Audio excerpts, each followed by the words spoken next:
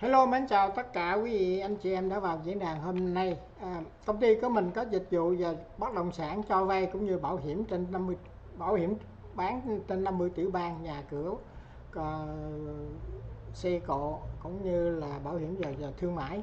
Mình có đảm trách tất cả những dịch vụ bảo hiểm đó trên 50 tiểu bang của Hoa Kỳ, California. Thì mình đại diện cho mua bán bất động sản cũng như là cơ sở thương mại cũng như là làm loan hầu hết 50 tiểu bang trên nước Mỹ.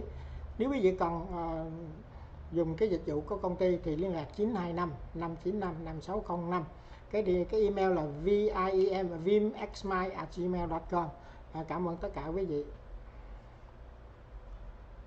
Hamas, a Palestinian militant group, has been involved in numerous terrorist attacks on Israel, prompting the United States to intensify its efforts to cut off its funding. However, through charitable organizations, taxation systems, and support from Iran, Hamas leaders have built a substantial wealth base to sustain their activities. In this video, I am going to show you how Hamas's leaders spend their over $2 billion fortune, how they spend their money. To understand how Hamas leaders acquired their immense wealth, we must first delve into the origins of the organization and their initial financial support. The vast majority of Hamas founders and leaders were refugees or second-generation refugees, born and raised in the challenging conditions of refugee camps. They had no money at all, but as Hamas and its ideology began to take shape, they found support from an unexpected source. It was the Israeli military government that nurtured the Islamic associations working in the Gaza Strip, including Hamas, as a counterweight to the Palestine Liberation Organization, PLO. This support provided a foundation for Hamas to grow and establish itself. As Hamas and its leaders distanced themselves from Israel, they began to search for alternative financing sources. Money started flowing in from charity funds and donations from various countries. These donations included a significant contribution called zakat, one of the 5 pillars of Islam. The financial support initially came from countries like Syria and Saudi Arabia, with Iran later becoming one of Hamas's biggest supporters. And today, Qatar has taken Iran's place as a major contributor to Hamas's wealth. Alongside these donations, Hamas leaders began fundraising campaigns in the United States. Dr. Musa Abu Marzouk, the number 2 man in Hamas, spearheaded a campaign among wealthy Muslims in the early 1990s. He also founded several banking enterprises, turning himself into a conglomerate of 10 financial enterprises involved in loans and financial investments. His financial prowess was truly remarkable. Marzouk, born in the late 1950s, rose through the ranks of Hamas to become one of its key figures. With a net worth exceeding $3 billion,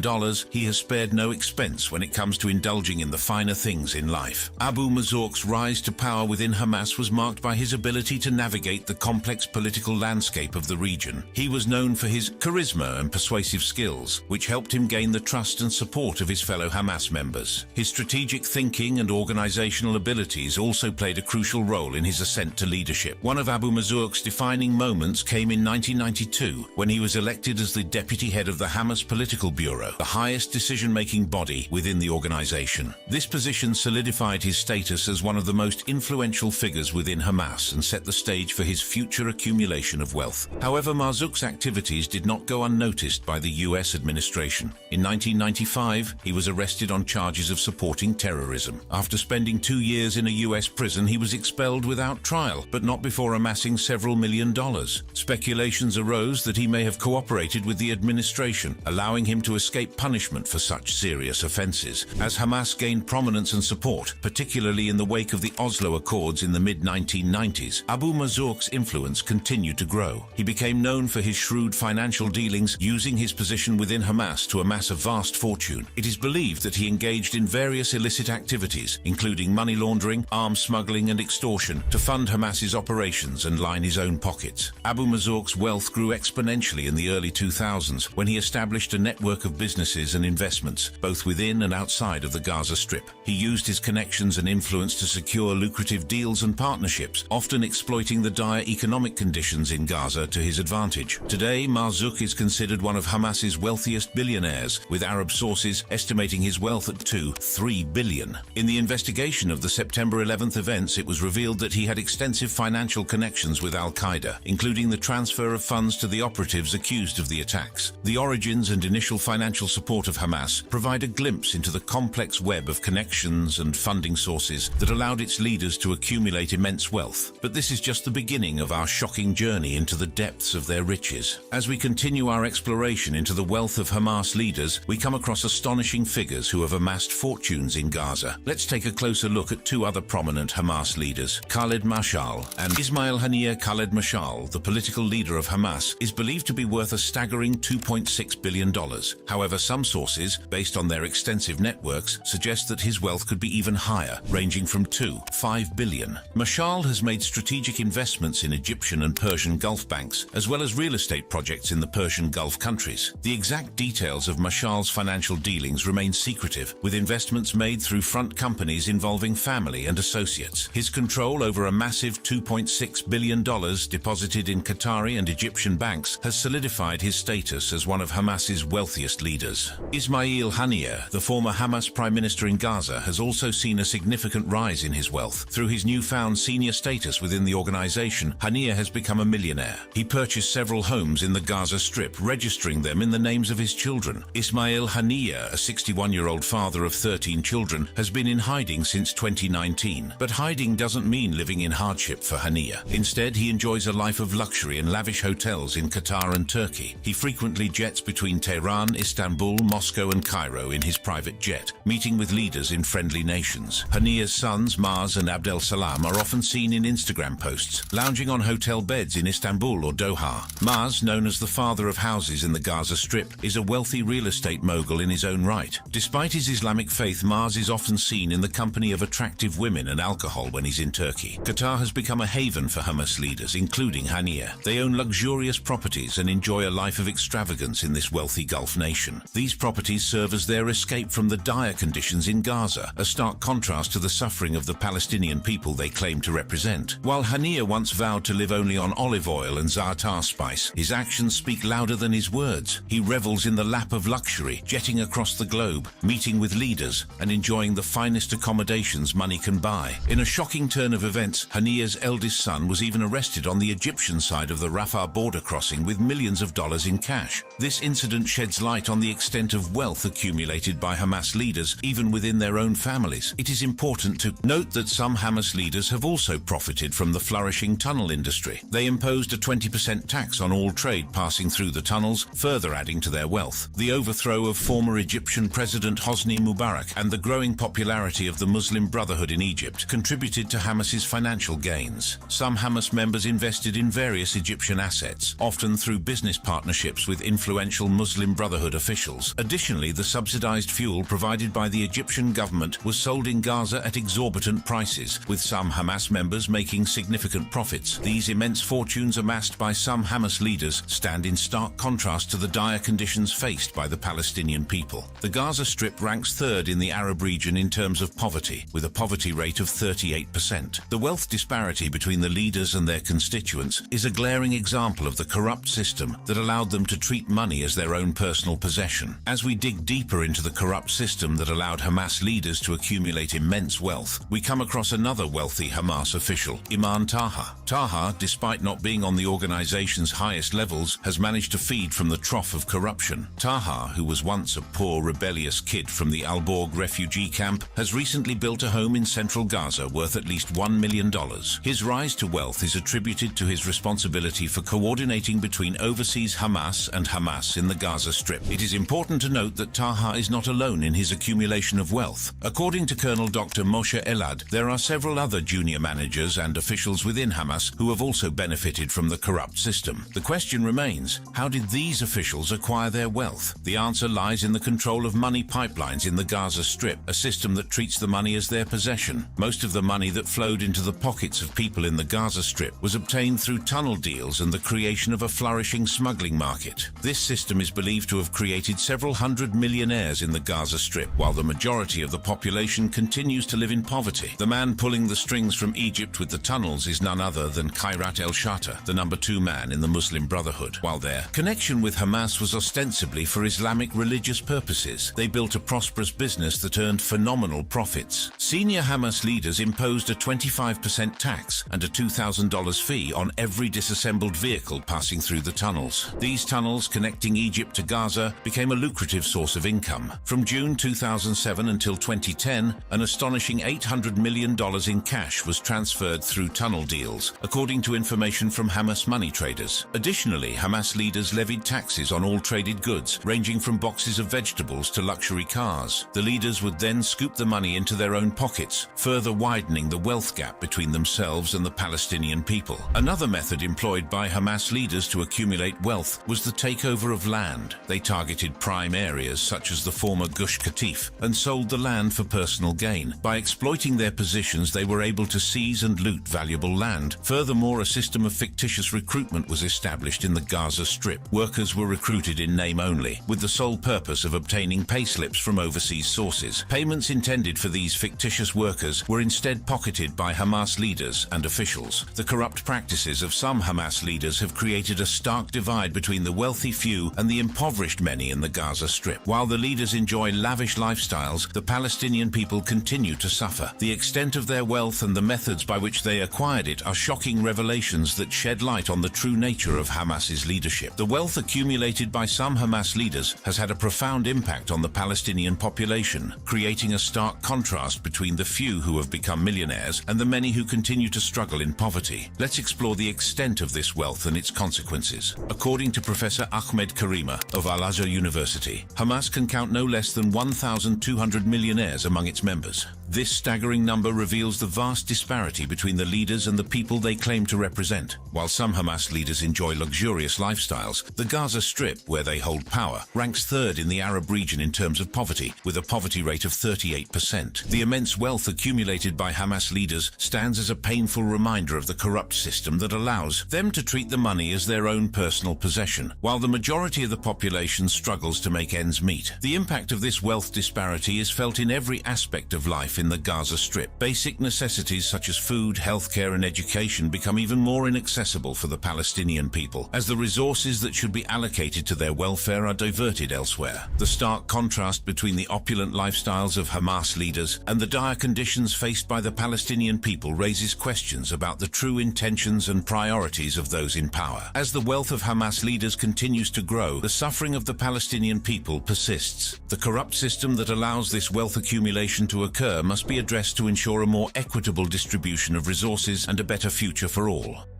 How did Hamas acquire its wealth? In the early years following Israel's withdrawal from the Gaza Strip, Hamas faced numerous difficulties, including frequent payroll delays and limited financial resources. However, instead of being crippled by these challenges, the organization found ways to overcome them and establish a solid financial foundation. Despite facing sanctions and a siege, Hamas managed to evolve into a well-funded conglomerate. Through a combination of strategic governance and financial maneuvering, the group tightened its grip over Gaza and accumulated significant wealth. This section will explore the factors that contributed to Hamas's financial growth, including the sources of income that allowed the organization to expand its operations. We will delve into the role of the Palestinian Authority, PA, and international donors in indirectly contributing to Hamas's coffers. Despite the responsibility for Gaza's residents falling on others, the PA and international agencies tolerated the situation, providing financial support that empowered Hamas and allowed it to prioritize the interests of its loyalists. Furthermore, Hamas keeps its budgetary details hidden, and the Israel Defense Forces release limited information. However, through Palestinian news reports and interviews with informed sources, we can approximate the financial landscape of Gaza and gain insights into Hamas's financial growth. One significant source of income for Hamas comes through transfers into Gaza via the Palestinian banking system. Since Hamas's military takeover in June 2007, an average of $2 billion per year has been transferred into Gaza through the Palestinian banking system. The Palestinian Authority, PA, alone wires an estimated $1.2 billion per year into Gaza banks, a substantial portion of which goes towards pensions and salaries for employees who are not actively working. Other international organizations such as the UN Relief and Works Agency, non-governmental organizations and foreign government aid organizations also transfer cash into Gaza. Additionally, the tunnel trade with Egypt has played a significant role in Hamas's financial operations. While much attention has been given to the goods smuggled into Gaza, such as fuel and cement, cash has also been steadily exported out of Gaza through the tunnels. It is estimated that approximately $750 million per year is exported out of Gaza in cash through the tunnels, with some of it flowing to safe havens in Persian Gulf countries and Europe. This underground trade has provided Hamas with an additional source of income. Taxes and fees imposed by Hamas on various goods and services have also contributed to its financial growth. The group has implemented new fees and taxes, such as charging 3 Israeli new shekels on every pack of cigarettes and imposing a 1,400 new Israeli shekels auto-registration fee. Hamas also regulates businesses and collects taxes on luxury goods coming from Israel, motorcycles and carts. Furthermore, Hamas takes a significant cut from the Egyptian tunnel trade, imposing high customs duties and daily fees on local tunnel contractors. While Hamas officials refuse to disclose specific details about their budget or sources of income, it is believed that the group also receives substantial foreign aid and gifts. Iranian subsidies to Hamas, primarily directed towards the Hamas Political Bureau in Damascus for weapons purchases and shipments, are estimated to be around $100 million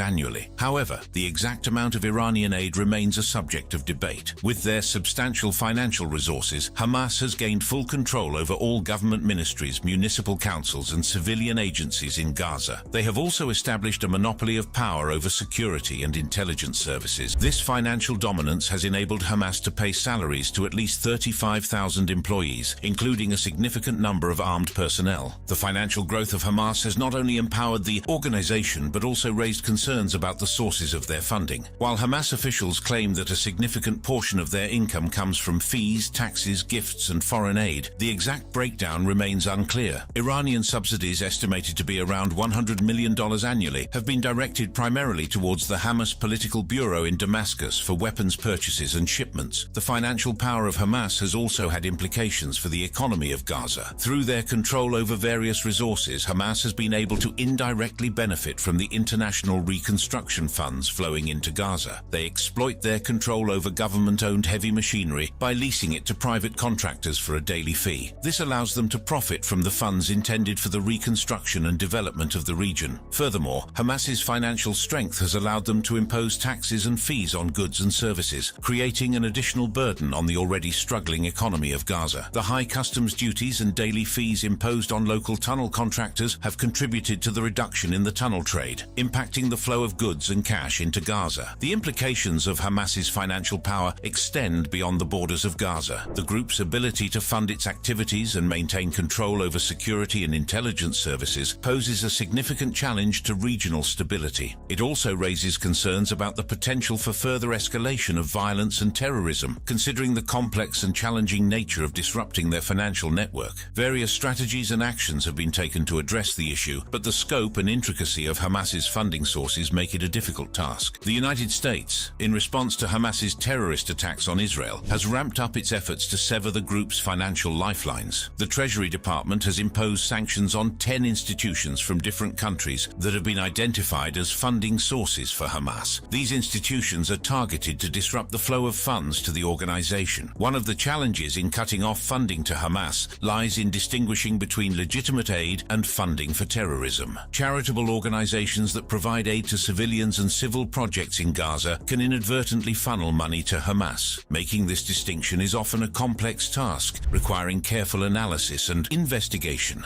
Iran has been identified as a major funding source for Hamas. Supporters of Israel have urged the United States to more forcefully monitor and intercept oil exports from Iran, which could potentially impact the financial support provided to Hamas. The banking system plays a crucial role in blocking money from reaching Hamas, but there is room for improvement. Financial institutions worldwide receive alerts from the Office of Foreign Assets Control, OFAC, when an individual or institution is designated as a terror funder. However, diplomatic considerations and other factors may prevent immediate action against certain organizations. The overthrow of former Egyptian President Hosni Mubarak and the subsequent rise of the Muslim Brotherhood in Egypt played a pivotal role in Hamas's financial ascent. With the growing popularity of the Muslim Brotherhood, Hamas leaders found themselves in a favorable position to expand their wealth. They capitalized on their connections and business partnerships with Muslim Brotherhood officials to invest in various Egyptian assets. Luxury villas, worth at least $1 million each, were purchased by individuals associated with Hamas. These extravagant properties became symbols of their ill-gotten wealth, while the people of Gaza continued to suffer in poverty. But perhaps one of the most shocking revelations was the sale sale of subsidized fuel. The Egyptian government provided Gaza with fuel at a significantly reduced price. However, instead of distributing it to the people in need, Hamas members sold the fuel at exorbitant prices, reaping enormous profits. Senior Hamas members, capitalizing on their connections and business partnerships with Muslim Brotherhood officials, strategically invested in Egyptian assets. These investments allowed them to accumulate even more wealth, while the people they claimed to fight for continued to suffer. Through these partnerships, Hamas leaders gained access to lucrative business opportunities in Egypt. They seized the chance to invest in real estate projects in Saudi Arabia, Syria, and Dubai, further expanding their financial empire beyond the borders of Gaza. Luxury properties worth millions of dollars were acquired by Hamas leaders in these countries. These opulent investments served as a stark reminder of the stark contrast between the lavish lifestyles of Hamas leaders and the dire living conditions faced by the people of Gaza. But what is perhaps most shocking is the blurring of lines between Hamas funds and personal wealth. Khaled Mashal, the political leader of Hamas, had control over a massive $2.6 billion